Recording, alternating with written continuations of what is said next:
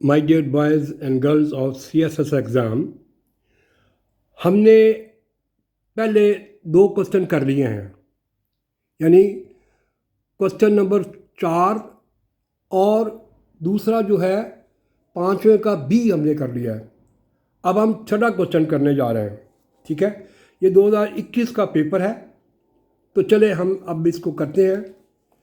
यानी अब मैं तीसरा क्वेश्चन कर रहा हूँ, हमने इसके सातों के सातों क्वेश्चन करने हैं।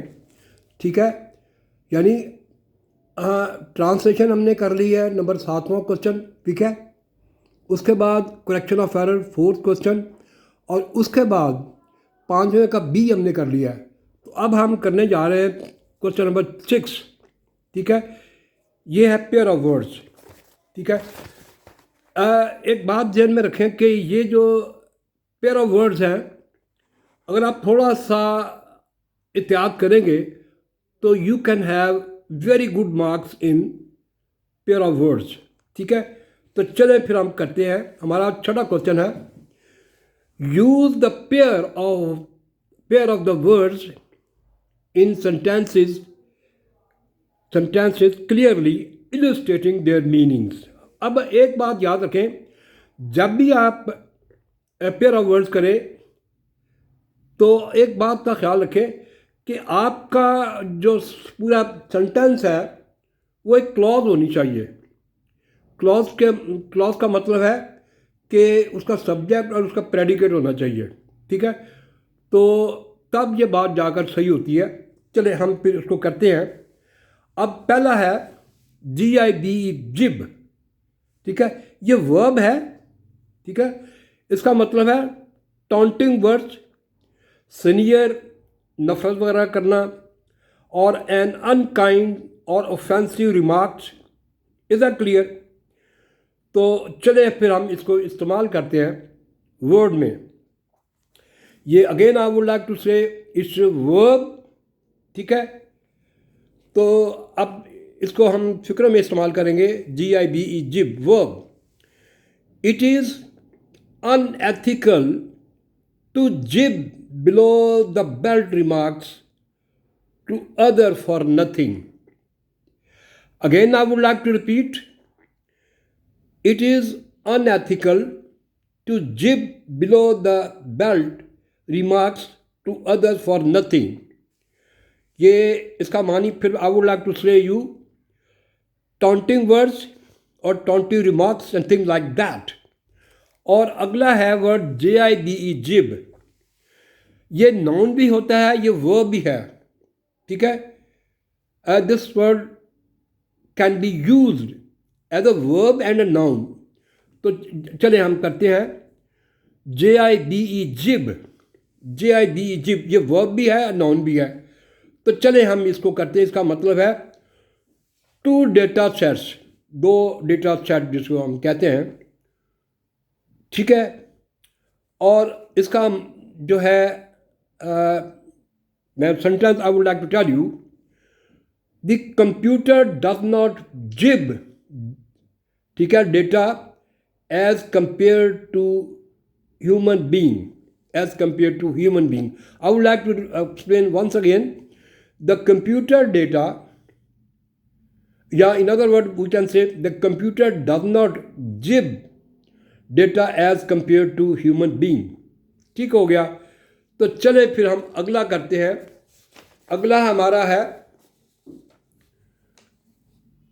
हमारा है दूसरा, यानी epigram of epigraph। So there are two pair of words again I would like to use। इपीग्राम ये नाउन है। ठीक है, इसका मतलब ये है EPIGRAM, इपीग्राम। इसका मतलब है शॉर्ट पोएम और phrase that expresses an idea in A clever और ह्यूमरस वे। ह्यूमरस वे भी ज़हन में रखिएगा। ठीक है, तो अलेक्जेंडर, मैं इसको फिक्रे में इस्तेमाल करता हूँ। Alexander Pope is known for his curt witty epigram। ठीक है, again I would like to use, अब अलेक्जेंडर पोप को भी कह सकते हैं जोनाथन स्विफ्ट की जो फिलॉसफी है वो बड़ी सुवियर है, लेकिन अलेक्जेंडर पोप जो है यहाँ फिट है। Alexander Pope is known for his curt witty epigrams. Is that clear?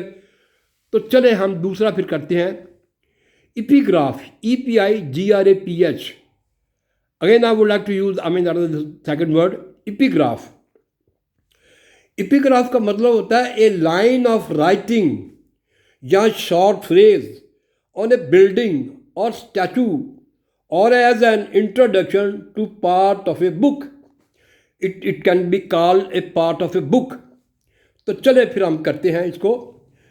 The epigraph of this book is superb and splendid, therefore the masses have great applause for it।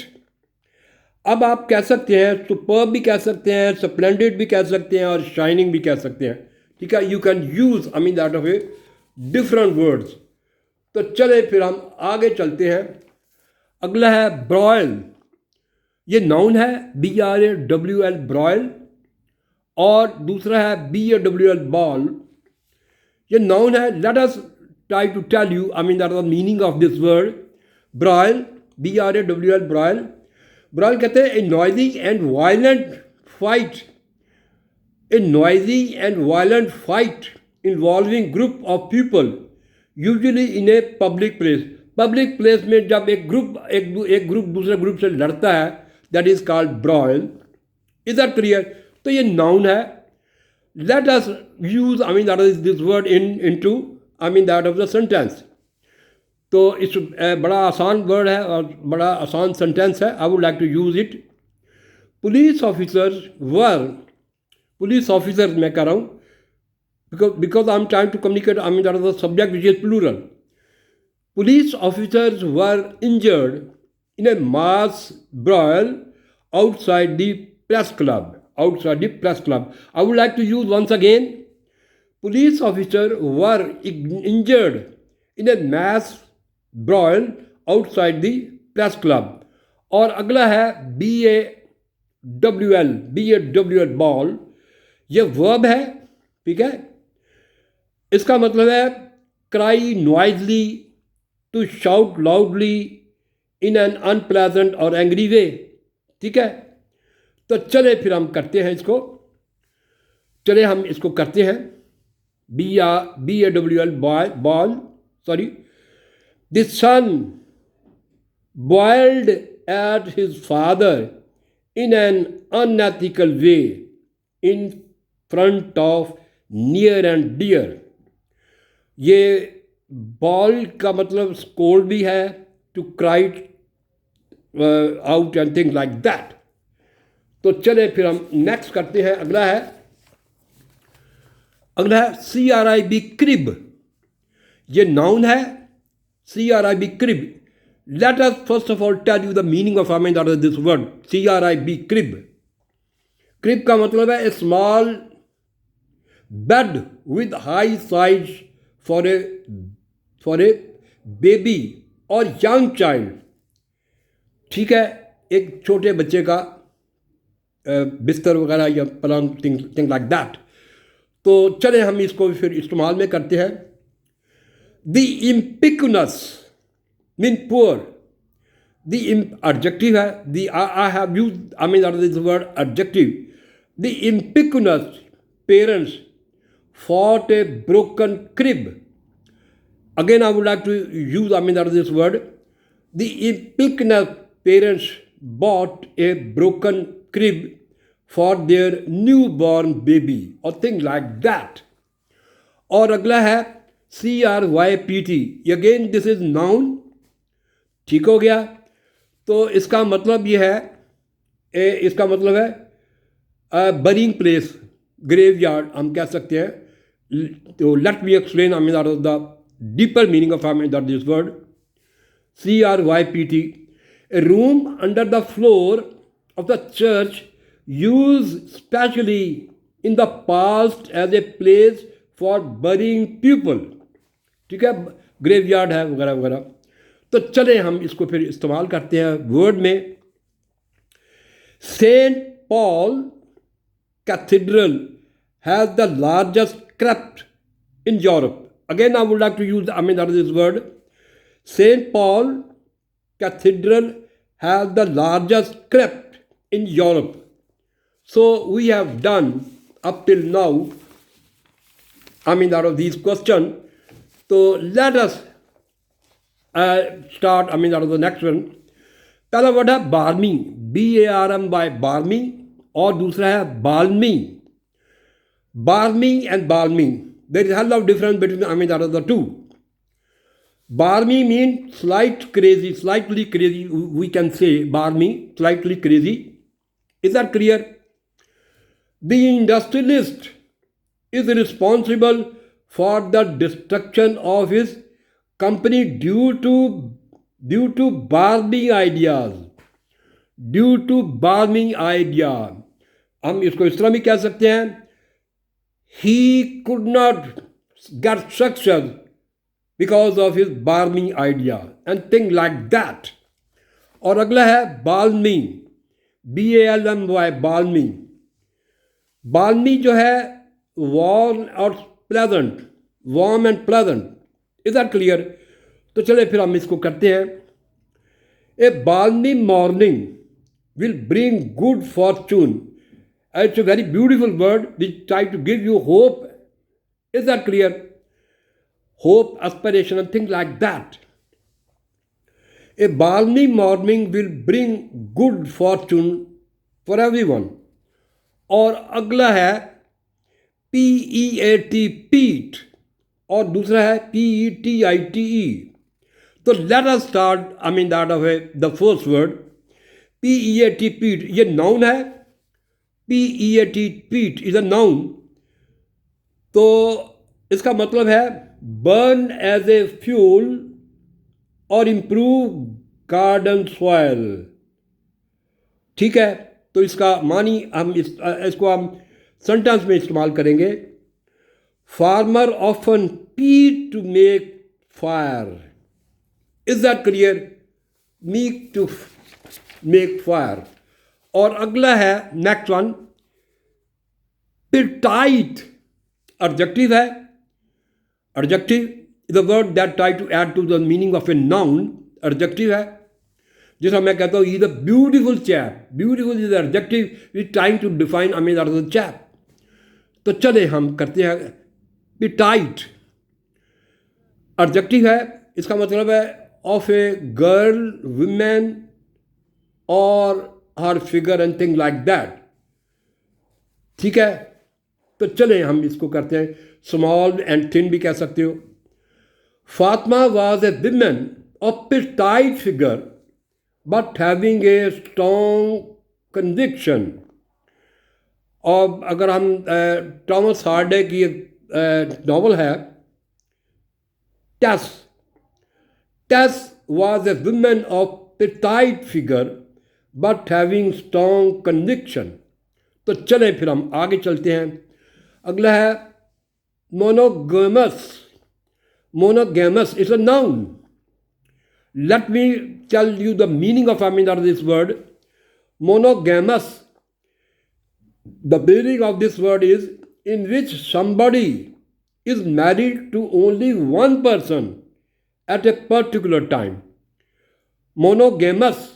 Again, I would like to repeat the meaning of this word, in which somebody is married to only one person at a particular time. ठीक हो गया. चले फिर हम इसको करते हैं. I'm sorry for that. In our society, majority of the married population is in a committed monogamous relationship. Monogamous relationship. I would like to repeat once again. In our society, majority of the married population is in a committed monogamous relationship. तो अगला है monogeneous. Monogeneous, is that clear? It's also a noun. इसका मतलब है development from a single source such as a cell और an structure और a language और thing like that. Is that clear? तो चले फिर हम इसका करते हैं। I would like to use this I mean that of this sentence into a sentence. I would like to repeat you once again the very philosophy of this pair of words is that you should try to have a complete subject and its predicate. फिर आपने preposition का भी ख्याल रखना है, ठीक है, sentence का भी ख्याल रखना है, प्रेजेंट है, पास्ट है, वगैरह वगैरह जिसमें आप कहना चाहते हैं। तो चलें हम अगला करते हैं। The monogenous change in the cell was a major scientific outbreak for the scientists. और लास्ट वन है, postulation or posterior. First of all, tell you the meaning of this word. Postulation. Sorry. A person who rides at left hand side as a guide of a horse-drawn coach and things like that. Or let us use, that of this word in a sentence. The position was leading the coach. I'm trying to use this word in sentences. The postulation was leading the coach of the king when it was attacked by the mob. Now the next one is posterior. ठीक है, located. I would like to tell you, that's the meaning of this word. Located behind something or at the back of something. It's also a noun. Is that clear? तो चले हम अब इसको इस्तेमाल करते हैं वर्ड में, यानी I would like to use this word in sentences. The posterior part of the plane was damaged in the crash. So अब तक हमने पेयर ऑफ वर्ड्स कर लिए हैं। तो याद रखिएगा, पेयर ऑफ वर्ड्स अगर आप थोड़ी सी एफर्ट करेंगे तो आपको इसमें ज़्यादा मेहनत करने की ज़रूरत नहीं पड़ेगी, आप आसानी के साथ इसको कर लेंगे और मार्क्स ले लेंगे। ठीक है, तो चले हम फिर नेक्स्ट करते हैं।